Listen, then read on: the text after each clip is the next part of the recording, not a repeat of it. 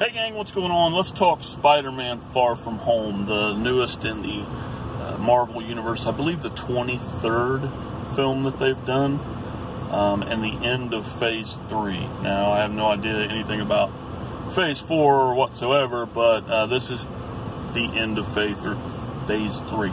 Now, I will be talking about this in some detail, so there will be spoilers. If you haven't seen it by now, turn off, whatever. If you haven't seen Endgame for now, that's your fault, because it just is. But this has some stuff to do with Endgame, alright? So here we go, spoiler. Directed by Jon Watts. Jon Watts, who directed the first Spider-Man Homecoming. Also directed two movies that I really enjoy. One of them I just watched not too long ago called Cop Car with Kevin Bacon in it, and I'll talk about it in another video if anybody wants to hear about that, but I really enjoyed this film. Another one is called Clown. It came out 2014-ish. Really solid clown horror movie. Very good original take on a clown type film, and if you haven't seen it and you are a horror fan, don't be scared of modern horror on something like this, because it's really good. Now, we got this film starring Tom Holland, of course, as Peter Parker Spider-Man. We have Jake Gyllenhaal playing Mysterio, and we have Zendaya, I think's how you say it. I remember her from TV shows my daughter watched and my son watched back, years ago. She only has one name, I guess, like Madonna. But anyway, she plays Mary Jane, MJ. I don't know if it stands for Mary Jane because everything's newer. At first I didn't think I would like her as Mary Jane, because I am a truist and I really like original stuff, but I've kind of gotten away from that and just kind of accepted stuff for what it is, and she does a great job in this, by the way. We also have Samuel Jackson in it, and the regular crew in Spider-Man. We have Marissa Tomei, which is Aunt May. She keeps getting younger in every version of Spider-Man we get, but yeah, she plays May. Now, in this one, Peter's out to a lot of people. His aunt knows who he is.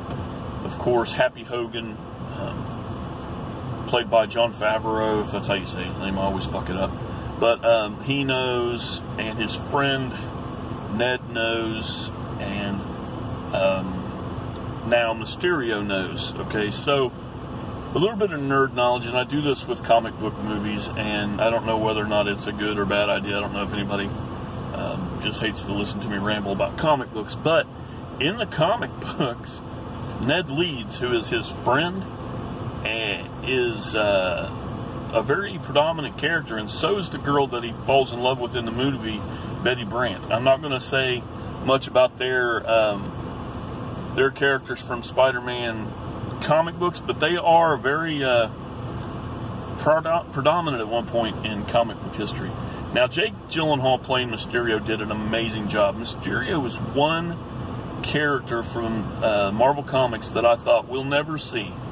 We'll never see this character, although it makes sense. With the amount of CGI and special effects that are in movies today, this is the one Spider-Man villain that will take advantage of it the most. Mysterio's power is that he can create illusions, special effects illusions. He was a character in the Spider-Man comics that had basically the same powers, just not as advanced as Jake Gyllenhaal has, with using the drones and the computers and the holographs and all that stuff to do this.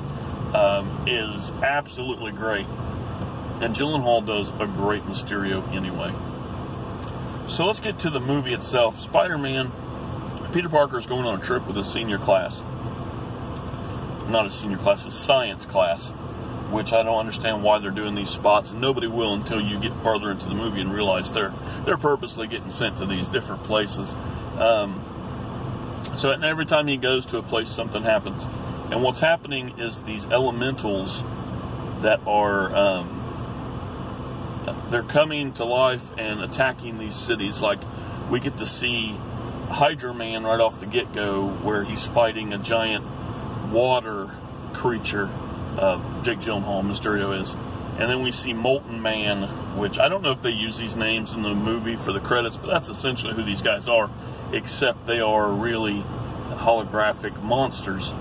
And Mysterio is using these powers of deception and special effects to make it seem like he is a hero, when actually he is using a motion capture suit to do all of this stuff, and nobody knows this, but he's actually a villain and not a hero like he seems to everybody else. He's actually made up a backstory where he's from another dimension, and they bring in a multiverse and blah blah blah blah blah. But anyway, Spider-Man gets into action, you know, with Nick Fury following him around and doing all this, and he, you know, sooner or later finds out about Mysterio, and we go into that, and stuff happens, and we have a great fight. Now, this movie is way more action-packed than the Spider-Man Homecoming. I'm not quite sure it's better. It's a funner ride, but as far as a movie goes, I don't know that it's a better movie. I did enjoy the entire thing. I did enjoy sitting through this and, you know, watching all of this childhood amazement going through me, enjoying every damn bit of this. If I have to speak for my son Gannon, one of the best parts is where he's dressed in the stealth suit, and Ned tries to cover for him, and like, no, that's not Spider-Man. His name's, they're calling him the Night Monkey, which is hilarious. And I wish they would have went farther with that, like in the, you know, outside the movie with the toys, you know, the Funko Pops they put out of all the characters now. I wish they would have went Night Monkey a little bit more with that. It was really funny.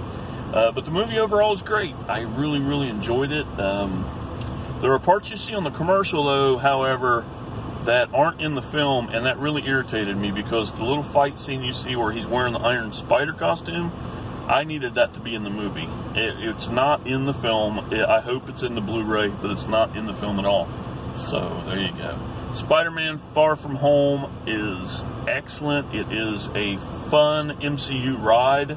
And there are a lot of those. A lot of them are like I'm going to use my favorite, Winter Soldier is just an outstanding film. These kind of movies with Spider-Man and stuff like that, I really personally love, because I have a love for Spider-Man. I've read Spider-Man for over 30 years.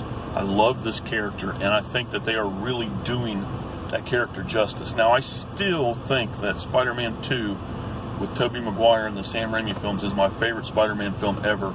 But these are so much fun, and the MCU has really, really poignant, great films where they have fun films, but none of them are bad films. So that's Spider-Man Far From Home from me. Sorry I ain't been around very much lately. I'm not even going to make mistakes. It's just been hard to make films. I don't feel like I'm in my zone anymore, but I'm just going to suck up and move through it. So hopefully I can make more videos, but not promising anything. So until next time, guys, later. Make sure you watch Spider-Man Far From Home. Peace.